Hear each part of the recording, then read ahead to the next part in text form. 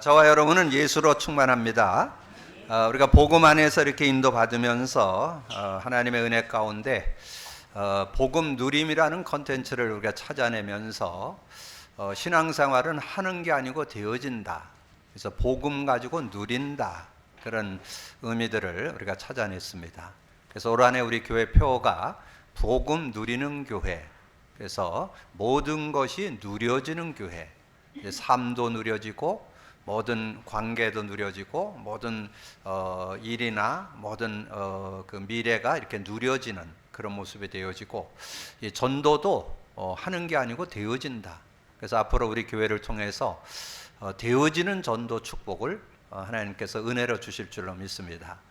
왜냐하면 초대교회 성도들이 언약 잡고 기도했을 때 성령 충만함을 주시면서 15개 나라 사람이 이렇게 몰려오는 그런 응답을 주셨잖아요. 그래서 하나님께서 이제 여러분의 모든 만남, 가정, 직장, 산업, 현장을 통해서 이 전도가 되어지는구나.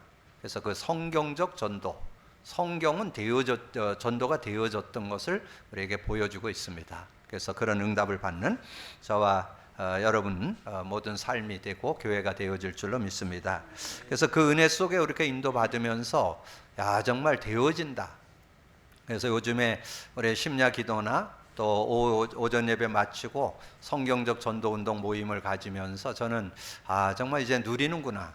이제 정말 삶도 누릴 뿐만 아니라 좀 깊은 가지고 있는 어떤 생각들, 기준도 이제 내려놓게 되고 복음의 능력을 이렇게 의지하면서 치유되는 그런 응답도 요즘에 간증을 들으면서 정말 되어지는 그런 축복 속에 있구나 하는 것을 감사하게 됐고요. 또 무엇보다도 우리가 복음 누리면서 또 하나 찾아낸 게 이 말씀이 능력으로 다가온다는 것, 이 성경이 능력으로 다가온다는 것, 이거를 이렇게 깨달으면서 너무 감사한 그런 시간을 갖습니다. 그래서 이 말씀이 능력이 되려면 여러분이 붙잡는 한 단어나 한 성구, 한 단어, 한 문장, 한 성구, 한 내용, 이런 것들이 이렇게 실제돼야 되거든요. 그래서 여러분이 한 단어에 대한 그 의미가 깨달아져야 여러분 실제적인 그런 응답을 받는데, 우리가 지금 계속 강조하고 있는 여러분 신앙생활에서 꼭 놓치지 말아야 할 7 단어가 있습니다. 그럼 그 의미를 여러분이 얼만큼 실제로 아느냐에 따라서 그럼 신앙생활에 되고 안 되는 그런 축복이 있고, 말씀을 누릴 수 있느냐 못 누리냐 거기에 관건이 나옵니다. 그래서 중요한 단어, 구약은 메시아, 그리스도 한 단어죠. 그래서 그 의미, 구약 성도들은 메시아 의미를 깨닫고 승리했고, 신약의 성도들은 그리스도의 의미를 깨닫고 승리했다. 그래서 그 의미를 우리가 실제화시키기 위해서 그냥 지식적으로만 아는 것도 귀하죠. 그걸 알고 믿는 것도 귀한 거죠. 그러나 그거 갖고 안 됩니다. 여러분 계속 그 의미가 적용돼야 여러분 삶도 되고 모든 것을 풀어내고 모든 문제를 해결하고 치유도 받고 이런 응답 속으로 들어가기 때문에, 그래서 단어의 의미, 복음 관점으로 본 의미 깨달을 때 승리한다. 그리고 구약은 피, 신약은 십자가. 구약에 보면 뭐 계속 피에 대한 얘기가 계속 나옵니다. 창세기, 출애굽기, 특별히 레위기서에 보면 맨 피 얘기요. 그런 얘기들을 우리가 알아야 되고, 그래서 피의 의미가 뭘 얘기하는지, 그리고 신약에 와서는 그것이 십자가로 우리에게 증거했는데 십자가에 대한 의미, 그 다음에 여러분 뭐 구원 받았을 때 우리에게 받은 축복이 생명 곧 성령이잖아요. 그래서 생명의 의미, 영생의 의미 알아야 되고, 그리고 예수 믿을 때 성령 곧 성령을 받게 되는데 성령의 의미 제대로 알아야 올바른 신앙생활이 되고, 그래서 우리가 예수 믿을 때 하나님이 우리와 함께 계신다. 그거를 임마누엘. 그래서 여러분 7 단어 의미가 복음 관점으로 실제로 보여져야 여러분 승리하는 삶이 될 수 있습니다. 메시아, 그리스도, 피, 십자가, 생명, 성령, 임마누엘, 이 내용을 여러분이 의미가 바르게 깨달아져야 임마누엘 그런다고 승리하는 게 아니에요. 그 뜻은 알죠? 하나님이 우리와 함께 계시다. 근데 하나님과 함께 계시는데 그분을 함께 하는 것을 어떻게 우리가 누릴 수 있는가, 요거까지 찾아내야 되거든요. 구원받았을 때 우리와 함께 하는데 그분과 어떻게 함께 살 건가, 이걸 찾아내야 그럼 승리할 수 있다. 그리고 여러분 문장 그릴 때 여러분이 참고할 거는 매주 선포되는 제목을 묵상하세요. 그게 여러분이 복음의 눈으로 보여져야 승리할 수 있어요. 그래서 우리가 지난주 나눈 말씀이 뭐예요? 부르심을 받은 자. 부르심을 받은 자 그럼 뭐예요? 구원받았다도 할 수 있고 하나님의 은혜를 입었다고도 할 수 있고 뭐 여러 가지를 거기서 깨달아 볼 수 있잖아요. 그래서 복음의 눈으로 그걸 이렇게 보는 눈을 열게 될 때 그 제목이, 그 문장이 은혜가 되고 힘이 되고, 그래서 먼저 제목에서 막 답이 나와야 돼요.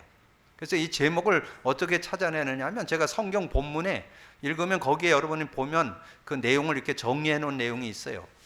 그걸 관주라고 그랬는데 그걸 이렇게 정리해 갖고 그 전체 제목을 뭐를 가지고 기록을 했는가 이렇게 제목을 정리해 놓은 거, 그걸 제가 가능하면 적용을 하면서 그 의미를 찾아내는 그런 시간을 갖고, 오늘은 제가 3절 속에 들어 있잖아요. 그 성도에게 주신 믿음의 도라는 제목으로, 성도에게 주신 믿음의 도. 자, 그거를 제가 이렇게 언약으로 잡고 이렇게 인도받잖아요. 그래서 그 의미, 그래서 성도에게 주신 믿음의 도, 교훈이잖아요. 교훈. 우리에게 주는 교훈이 뭐냐 이거죠. 성도에게 준 교훈, 복음이잖아요. 복음. 그래서 복음에 대해서 얼만큼 우리가 실제 사실적으로 알고 믿느냐에 따라서 여러분 삶이 좌우된다 하는 거죠. 그래서 복음 관점으로 제목을 여러분 좀 이렇게 기도하면서 인도받아야 되고, 그러면 세 번째 뭐요? 한 성구잖아요. 성구도 제가 매주 강단 성구 정리해 드리잖아요. 그걸 여러분 많이 묵상하면서 그걸 복음의 눈으로 깨달아 보는 시간이 될 때 힘이 되는 거예요. 그래서 지난주가 뭐요? 궁율과 평강과 사랑이 너에게 더욱 많을지어다. 유다서 1장 2절을 여러분 오늘의 기도로 드렸잖아요. 성구로 드렸잖아요. 그 내용, 그러면 궁율이 뭔지, 내가 궁율을 얻게 됐다, 내가 평강을 얻게 됐다, 내가 사랑을 얻게 됐다. 자, 이런 것들을 이렇게 한번 생각하면서, 특별히 평강, 평안, 예수 믿을 때 온 선물이잖아요.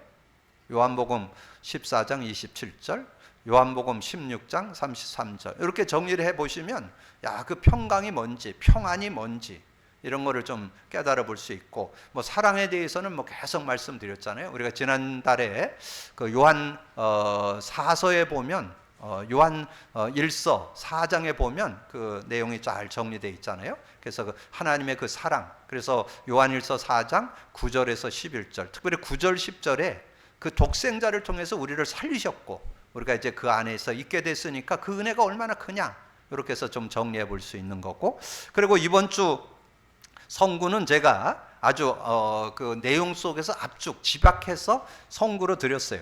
성도에게 단번에 주신 믿음의 도를 이하여 힘써 싸우라. 우리 신앙이 뭐냐? 믿음의 도를 지키기 위해서 힘써 싸우는 게 신앙생활이에요. 여러분이 뭐 갖고 살아야 돼요? 복음 갖고, 복음의 도, 믿음의 도를 갖고 여러분이 승리하는 그런 삶. 그럼 믿음의 도가 뭐예요? 믿음의 도, 그리스도, 십자가, 그 은혜를 우리가 제대로 알고 누리는 그런 삶이 돼야 된다는 거예요. 그래서 이 성경의 한 단어, 한 문장, 한 성구 그것을 잡고 이렇게 인도받을 때 승리하게 되고, 그리고 성경 66권의 흐름이 있습니다. 흐름, 성경의 흐름. 구약은 메시아, 신약은 그리스도잖아요. 그러면 구약의 흐름에서 여러분 구약 성경을 메시아의 관점으로 보는데, 그 메시아를 풀어서 준 성구 3개가 있어요. 그걸 알아야 구약 성경 39권이 바르게 이해될 수 있어요. 성경을 바르게 보는 눈이 있어야 되는데, 성경 구약을 여는 열쇠 세 요절 뭘까요? 출애굽기 3장 18절, 사무엘상 16장 23절, 이사야 7장 14절. 이것이 구약 성경을 여는 열쇠입니다. 그래서 율법서라 하잖아요. 창세기서부터 룻기까지를 율법서라 그래요. 율법서의 주제 요절이 뭐냐? 출애굽기 3장 18절이에요.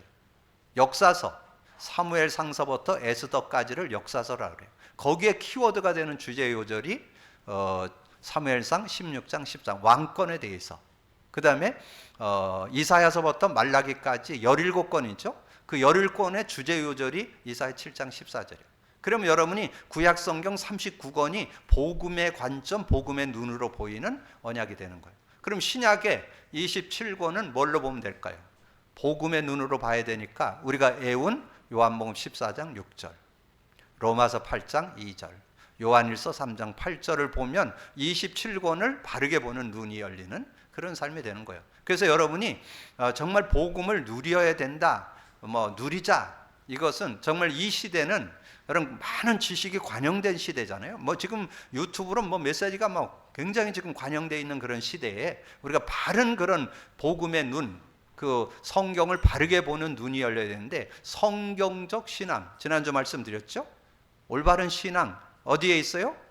구약의 인물들은 히브리서 11장에, 신약의 인물들은 마가다락방에 모였던 120명의 성도도 참고할 필요 있고, 로마서 16장의 인물들 여러분 참고해 보시면 그들이 복음 갖고 누렸다는 증거가 나오고 있습니다. 그래서 그런 부분들을 여러분 확인하면서 우리가 정말 21세기에 올바른 신앙을 찾아냈구나, 올바른 신앙을 갖고 살게 됐구나, 여러분 얼마나 감사한 일이죠. 그것이 우리가 잘났고 이런 게 아니라 은혜죠. 은혜, 깨달아진 거죠. 하나님께서 은혜로 깨닫게 해서 복음 누린 컨텐츠가 바로 올바른 신앙 원리라는 거, 여러분 다시 한번 정리하면서 실제 하나님 안에 주신 응답을 받는 여러분 되기를 주님의 이름으로 축복합니다.